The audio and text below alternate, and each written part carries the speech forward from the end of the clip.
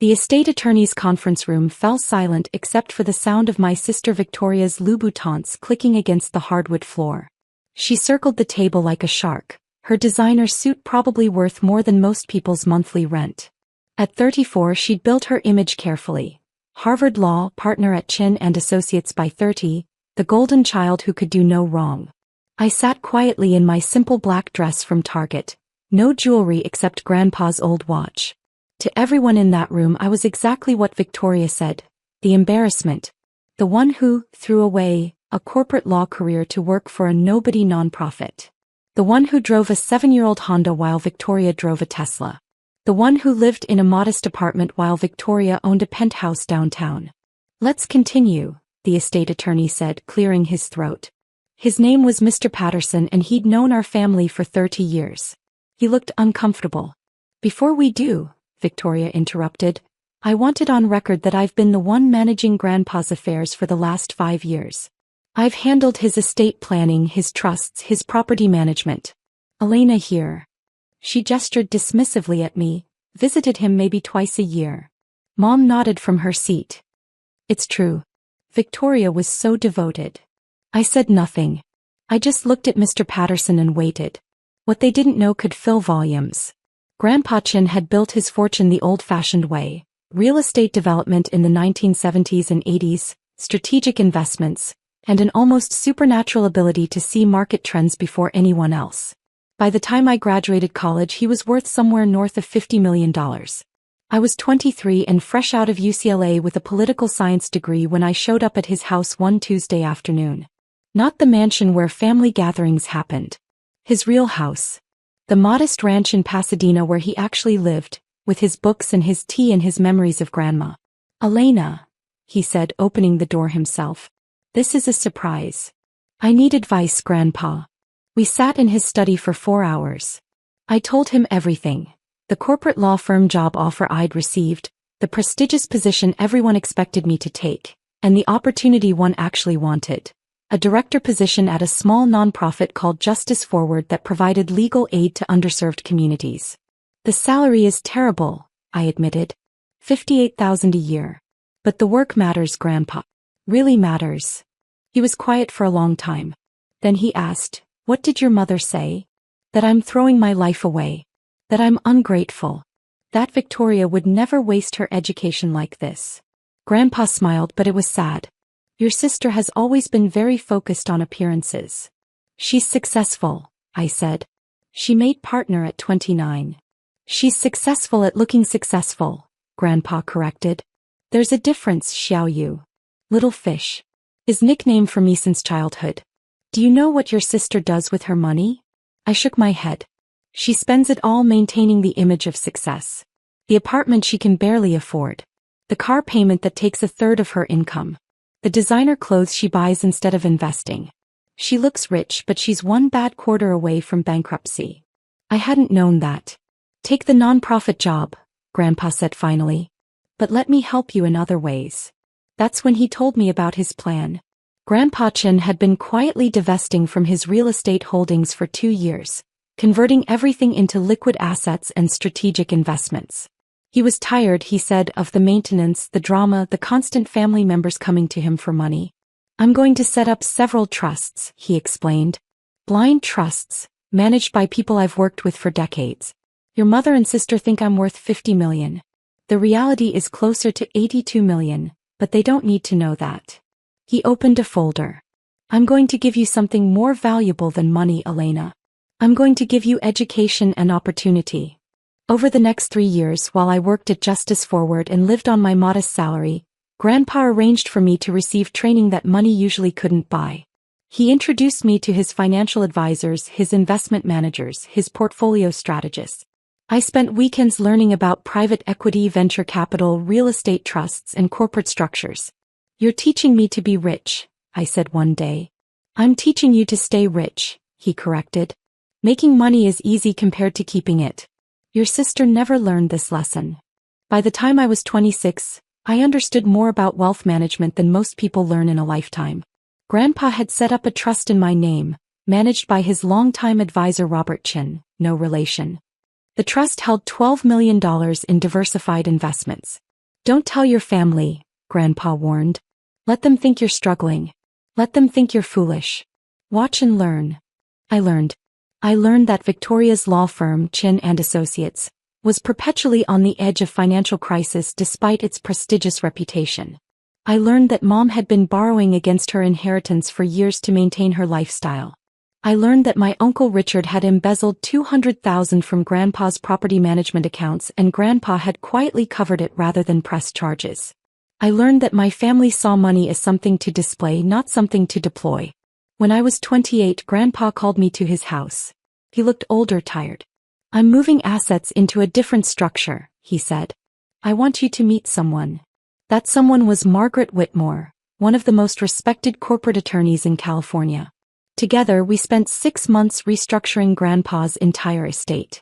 Holdings were moved into LLCs, trusts were reformed, and most importantly, a private family office was established. Chin Family Capital Management looked like a standard wealth management firm from the outside. In reality, it was structured so that I held controlling interest in the management company, which in turn controlled access to all the family trusts and investments. Why me? I asked Grandpa. Because you're the only one who understood that money is a tool, not a trophy, he said simply. Because you took the low-paying job that mattered to you instead of the prestigious one that would impress others. Because in 5 years of having access to your trust, you've never once touched the principal, only lived on a small portion of the returns while reinvesting the rest. He placed his hand over mine. Because you visit me every Tuesday, Xiao Yu, not because you want something but because you want to play Shangqi and drink tea. I had been visiting every Tuesday for 5 years. Victoria visited quarterly, always with an agenda. Grandpa died on a Thursday morning in March, 3 weeks after his 87th birthday. I was with him. Victoria was in depositions. Mom was at a spa retreat in Palm Springs. The funeral was everything you'd expect. Tasteful, expensive, crowded with people who claimed to love him but hadn't visited in years. Victoria gave a moving eulogy about devotion and family legacy. I sat in the back and said nothing. Now 6 weeks later we were at the will reading. Mr. Patterson opened the formal will documents. Mr. Chen's estate is structured in several components. First, the Pasadena residence and its contents. That should go to me, Victoria interrupted. I managed all his properties. Mr. Patterson continued as if she hadn't spoken. Are left to his granddaughter Elena Chin, along with all personal effects, books and family heirlooms. Victoria's smile tightened but she waved it off. Fine. The sentimental items. Elena always was emotional. The investment accounts and trusts, Mr. Patterson continued, are structured through Chin Family Capital Management, a family office established in 2019. Control and management of this entity is split between the heirs, Victoria finished confidently. I've seen the structure. Mom gets 40%, I get 40%, Elena gets 20% as the consolation prize. Mr. Patterson looked at her steadily. That is incorrect. Ms. Elena Chin holds 100% controlling interest in Chin Family Capital Management, including all voting rights and distribution authority. The room went very still. That's impossible, Victoria said flatly. I have the documents here, Mr. Patterson said, sliding a folder across the table. Victoria grabbed it, flipping through pages, her face going progressively paler. This can't be right. This makes her, she controls approximately $78 million in assets, yes, Mr. Patterson confirmed. Your grandfather restructured his estate over a 5-year period. Ms. Elena Chin was appointed as the manager and primary beneficiary, with provisions for distributions to other family members at her discretion. Mom finally spoke. At her discretion? Elena's discretion?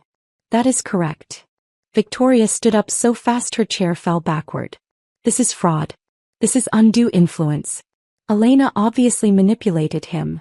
Ms. Chin, Mr. Patterson said firmly, I have documentation of every meeting, every decision, every legal consultation spanning 5 years. Your grandfather was of completely sound mind, and multiple independent attorneys and physicians can testify to that. Furthermore, Elena was explicitly not present for most of the decision-making meetings. She was simply named as the recipient. Why? Victoria demanded, looking at me for the first time. Why you? I met her eyes. Because I visited every Tuesday for 5 years and never once asked for anything. This is insane. Victoria spun to Mom. We can contest this. We can. Actually, I said quietly, you can't. Grandpa included a contest clause. Anyone who challenges the will forfeits all discretionary distributions. Forever. Victoria's face went from pale to red. You manipulative little. That's enough, Mr. Patterson said sharply. But Victoria wasn't done. She turned on me and I saw something ugly in her face that had probably always been there, just hidden under the polished exterior. You're the family embarrassment who wasted Grandpa's love, she declared, loud enough that people in the next office probably heard. I built a real career. I became a partner. I manage multi-million-dollar accounts. What have you done? You work at some pathetic nonprofit making poverty wages, living in your sad little apartment, driving your sad little car. And now you think you're going to manage $78 million? You'll bankrupt the family within a year. Mom was nodding. Victoria's right. You don't have the education for this, Elena. You don't have the experience. This is absurd. I looked at my sister. Really looked at her. The designer suit that cost more than I made in a month at Justice Forward. The confidence that came from never being told no. The absolute certainty that success meant looking successful. Interesting, I said. I pulled out my phone. Opened my email. Found my general counsel in my contacts. Yes, I had a general counsel. Victoria didn't know that, and composed a message while everyone watched. To Margaret Whitmore, General Counsel, Chin Family Capital Management. Subject: immediate contract termination. Margaret, please terminate the Chin and Associates retainer agreement effective immediately. Cancel all pending payments. The $1.5 million annual contract is dissolved as of today. Forward all files to our new external legal counsel. Elena. I hit send. What did you just do? Victoria asked, her voice dangerous. Nothing important, I said calmly. Victoria's phone rang. She glanced at the screen and her face changed. It's Gerald. The managing partner. I need to answer it, I said. I insist. She stepped into the hallway. Through the glass walls, we could see her face as she listened. Confusion. Then panic. She came back into the room 30 seconds later. What did you do? She whispered. I terminated a contract, I said simply. Chin Family Capital Management has been Chin and Associates' largest client for 3 years. We paid you a $1.5 million annual retainer plus hourly fees for various services. That relationship just ended. Victoria's mouth opened and closed. You're CFO? Close. I'm the managing director. Have been since it was founded in 2019. You never asked who controlled it because you assumed it was some outside management firm. It wasn't. Mom was staring at me like I was a stranger. Elena, you work at a nonprofit. I do, I agreed. I'm the executive director of Justice Forward. We've grown from a staff of 8 to a staff of 42 under my leadership. Last year we helped over 3,000 clients. My salary is $78,000 a year and I love my job. But the management company is separate. Grandpa taught me something important. You can do meaningful work and still be financially sophisticated. They're not mutually exclusive. I've been managing family assets since I was 26. I just never felt the need to tell you. Victoria found her voice. You've been lying to us for 5 years. No, I corrected. You made assumptions. I never confirmed or denied them. When you said I was poor, I didn't argue. When you said I was wasting my life, I didn't correct you. I just kept visiting Grandpa every Tuesday and learning everything he wanted to teach me. This is unethical, Victoria hissed. You manipulated an old man. I played xiangqi with him, I interrupted. I drank tea with him. I listened to his stories about Grandma. I never asked for a single dollar. Meanwhile, you billed him $850 an hour for estate management, and charged the family office for services we never needed. Should I tell Mom how much you've made off Grandpa in the last 3 years? Victoria went silent. $240,000, I said, looking at Mom. In legal fees. Most of which were unnecessary. Grandpa knew. He paid them anyway because he didn't want family drama. But he also made sure that when he died, the bleeding would stop. I stood up, gathering my bag. Mr. Patterson, Please send me the complete estate documents. Mom Victoria, you'll continue to receive monthly distributions as outlined in Grandpa's wishes. They're generous. Assuming you don't contest the will. How generous? Mom asked quietly. $15,000 a month for life, adjusted for inflation. Plus all your current housing costs covered. It's more than fair. Victoria was staring at her phone, where presumably more messages were arriving. You're destroying my career. No, I said. I'm terminating a contract. Your firm will survive. Whether you survive at your firm is between you and Gerald. I walked to the door, then paused. For what it's worth, Victoria, you are successful. You're a good attorney. You just never learned the difference between looking wealthy and being wealthy. Grandpa tried to teach you. You were too busy impressing clients to listen. I left them there in that conference room with Mr. Patterson shuffling papers and looking profoundly uncomfortable. My phone had been ringing constantly. Mom left 12 voicemails, ranging from angry to pleading. Victoria sent a series of texts that started with threats and ended with apologies. Uncle Richard called wanting to know if his monthly distributions would continue. They would, though he didn't know I'd documented his embezzlement. I ignored most of them. Instead, I was in my office at Justice Forward, reviewing case files for our upcoming advocacy campaign. Margaret Whitmore appeared in my doorway. You have a visitor. Victoria stood behind her, looking smaller somehow. No power suit today, just jeans and a simple blouse. Her eyes were red. 5 minutes, I said. Margaret left us alone. Victoria sat down across from my desk, looking around at the modest office with its second-hand furniture and walls covered in photos of clients we'd helped. I got suspended, she said finally. Pending review. Gerald says losing the CFO account means they have to restructure. 3 associates are being let go. My partnership position is under evaluation. I waited. I came to apologize, she said. And to beg you to reconsider. No. Elena, please. Let me be clear, I interrupted. Chin Family Capital Management will not be retaining Chin and Associates. That decision is final. However, if you'd like to discuss this situation like adults, I'm willing to listen. Victoria took a shaky breath. I don't understand. How did you do all this without anyone knowing? You weren't paying attention, I said simply. You saw what you wanted to see. Your struggling little sister with her nonprofit job and her humble lifestyle. It never occurred to you that I might be choosing that life deliberately. But why? Why live in that apartment? Why drive that car? Because they're enough. Because I don't need strangers to think I'm wealthy.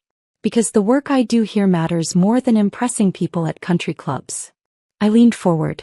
Victoria, you made partner at 29. You're genuinely talented. But you spend 90% of your income maintaining an image. You're trapped in a golden cage of your own making. She wiped her eyes. I don't know how to be any different. That's why Grandpa didn't leave you in control, I said gently. Not because you're not smart enough or capable enough, but because you would have spent it all trying to look even more successful, and in 10 years there'd be nothing left. So what happens now? I pulled out a folder. Grandpa left provisions. You'll receive your monthly distributions. But I'm also setting up something else. A trust specifically for you. It holds $2 million. You can't touch the principal, but you'll receive the investment returns quarterly. If you manage it well, it's an extra $80,000 to $100,000 a year. Victoria stared at the documents. Why would you do this? Because Grandpa loved you, I said. He just didn't trust you with everything. Learn to live on what you have, Victoria. Stop performing wealth and start building it. Maybe in a few years we can revisit the family office structure. She stood up slowly. I called you an embarrassment. You did. I was wrong. You were. She moved toward the door, then turned back. Tuesday visits. That's all it took. That's all it took, I confirmed. Just showing up. Consistently. Without an agenda. After she left, Margaret came back in. That was generous. It's what Grandpa would have wanted, I said. Besides, family is complicated. Speaking of which, your mother is calling again. I looked at my phone. 17 missed calls. Let her wait. I have a brief to review for the Martinez case. Margaret smiled. The one where we're challenging the unfair eviction practices? That's the one. Mrs. Martinez has been fighting for 8 months. I'm not letting her lose now. Because that was the thing Victoria never understood. Success wasn't about the title or the car or the apartment. It was about going to bed knowing you'd done something that mattered. It was about helping Mrs. Martinez keep her home, about training new attorneys in public interest law, about using resources to create opportunity for others. Grandpa had given me $78 million not because I wanted it, but because he knew I'd use it the way he would have. Strategically, thoughtfully, and always in service of something larger than myself. The family settled into a new rhythm. Mom accepted her monthly distributions and, surprisingly, started volunteering at a senior center. She called me twice a week now, actually asking about my work instead of criticizing it. Victoria remained at Chin and Associates, though no longer as a full partner. She'd downsized her apartment, sold the Tesla, and started actually saving money. We had lunch once a month. It was awkward at first but getting easier. Uncle Richard tried to contest the will anyway despite the warnings. He was promptly cut off from all distributions. Last I heard he was working as a consultant and finally learning to live within his means. As for me, I was still at Justice Forward, still driving my Honda, still living in my modest apartment. But now I also served on 3 nonprofit boards, funded scholarships for first-generation college students, and made strategic investments in companies working on affordable housing solutions. Chin Family Capital Management's assets had grown to $86 million. We were doing well.